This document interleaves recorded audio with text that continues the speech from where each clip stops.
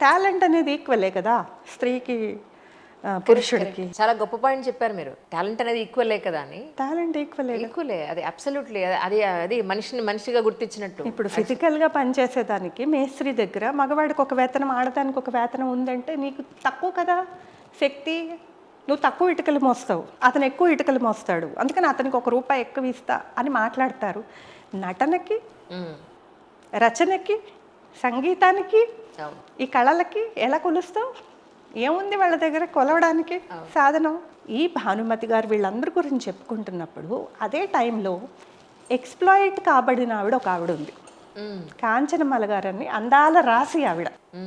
భానుమతి గారే స్వయంగా రాసుకున్నారు తన జ్ఞాపకాలలో. ఒకరోజు ఆవిడ కారులో వెళ్తూ ఉంటే నేను వాకిట్లో నిలబడి చూస్తే ఆ కిటికీలోంచి ఆవిడని చూసిన అరక్షణంలో అసలు అంత అందగత్తె, బాబోయ్ ఇంత అందగత్తె నేను ఎప్పుడు చూడలేదనిపించింది అని రాసుకున్నారు.